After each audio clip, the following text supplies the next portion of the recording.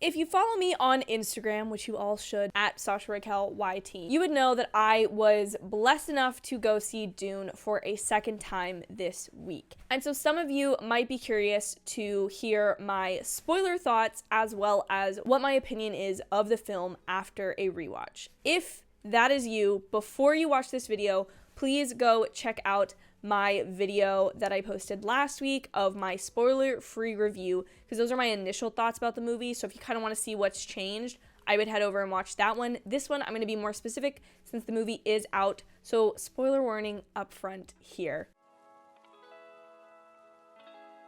Before you get started, if you are new here, I would love if you hit that big red button down below and considered subscribing. I do plenty of reviews about movies, television series, as well as give my recommendations and kind of compare and contrast different streaming services. So if that sounds like something you're interested in, you're not going to want to miss hitting that red button down below and subscribing. So, Dune. Where do I even begin?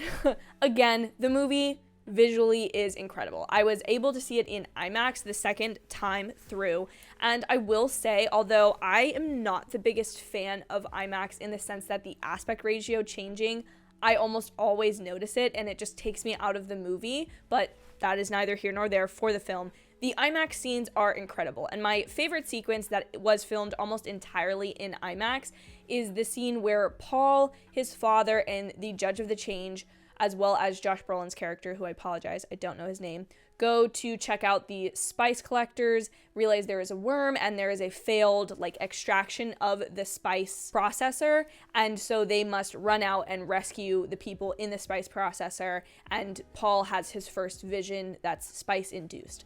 That is my favorite sequence in the entire film. I think it is so well structured. In a lot of my screenwriting classes, we discuss tasks for characters to do and how in a scene there needs to be conflict. And I think that is a perfect scene to illustrate that, because they start out doing something that they're just generally curious. See, what is this world? What have we inherited from the Harkonnens? The worm comes, but that's okay because this is coming. But then the extraction machine isn't able to extract them. So then it's another problem. I like that problem, solution, because it really drives the scene forward and makes you understand why the scene goes on as long as it does.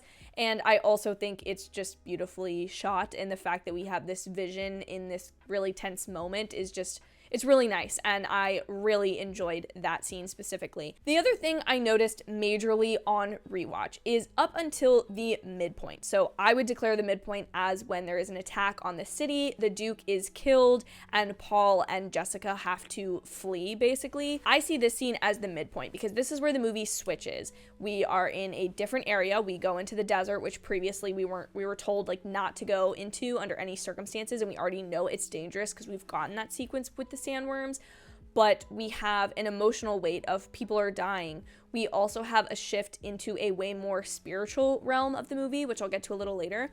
But up until that point, this movie is pretty much perfect in my opinion. The world building is fantastic. The setup of the conflict, the characters, and just sort of exploring the world is visually, again, stunning. I keep saying it, but it combines all of my favorite elements from any fantasy or sci-fi series I have ever enjoyed. They're present here, and it's so well done. And I have to give both props to Frank Herbert, the writer of the original Dune story, for setting up all the elements there, but for Denis Villeneuve and all of those involved in the story of this film, because you have to pick and choose what elements you're going to include and portray them in a specific way. So props to them because they did such a good job. I also really think on the second time around, I focused more on Paul as a character, because what I really was questioning after my first watch of this is, does Paul have a true arc, and is there resolution to his story in this film, seeing as he is the protagonist of this film?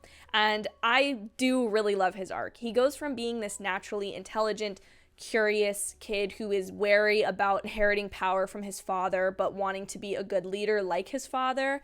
And throughout the course of the film, he shifts at the midpoint to focusing way more on the spirituality. He already is thrust into the role of being a leader, but his people don't really exist right now. The House of Atreides is basically gone, and he is the sole surviving member along with his mother. So I feel like that is almost taken care of at the midpoint, and from there on it becomes this spiritual journey of him trying to find his place as both Duke and leader of House Atreides, as well as potentially the Messiah. But I think by the end of the film, he truly becomes a man who is melding both the spiritual side of his understanding of the world as well as his true political and tangible power, if you will, together. And I feel like the film at the ending does a great job of that. What I still have problems with, the first half of the movie, extremely talky. Not in a bad way, that is not a bad thing, but there's a lot of explaining, conversation, setting up character relationships, exploring and explaining the world away.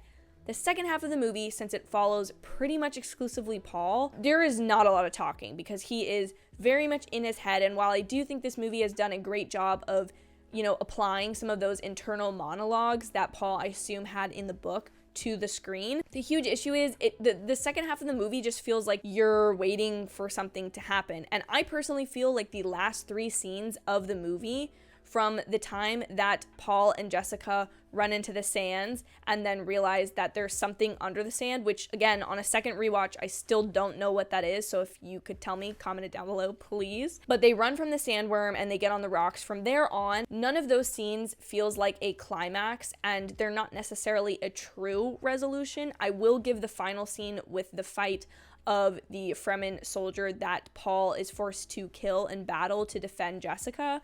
I feel like that is a good scene, and I think using the Chris knife really applies both him as a mortal having to kill a man for the first time and go from boy to man to, even sort of above that into leader of House Atreides. It also combines the spiritual element really well because the Chris knives, which I learned on the second time, are from the teeth of one of the worms, and it's the sacred worm that the Judge of the Change says that she believes in when she pounds the ground, calling the sandworm and sacrificing herself to get rid of the bad guys. So personally, my problems with the film still persist, and that's why if you follow me on Letterboxd, my rating didn't go up any, because I think the first time I was being a little overly generous, and the second time I did really enjoy the rewatch and I did appreciate certain aspects of the film more, but it wasn't enough to bump it like a full star or even half a star to 4.5, because the problems I do still have with the film persist, and that's that. My other issue is in doing some research, and I hate to break it to anyone who doesn't already know this information, but the second film has yet to be greenlit by Warner Brothers.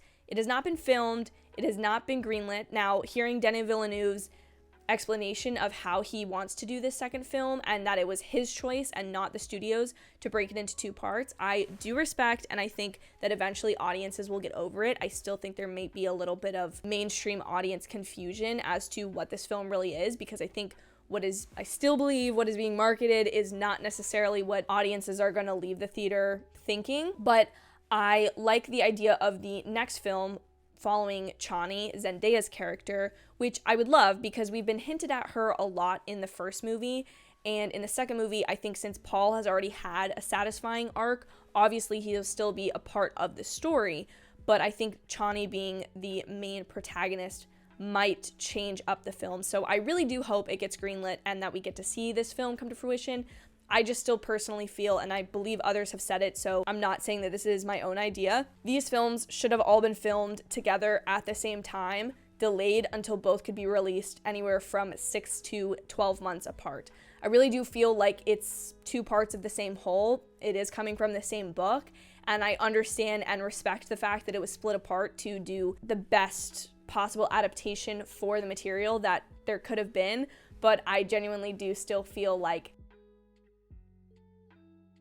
Anyways, that is my thoughts on Dune, my spoiler thoughts, and what I thought of it on rewatch. If you liked this video and want to see more movie reviews, please hit the thumbs up button. Don't forget to subscribe and comment down below who your favorite character in Dune was. I still think mine is Paul. Thank you all so much for watching. I hope you have an absolutely amazing day, and I will see you in my very next video. Bye, everyone.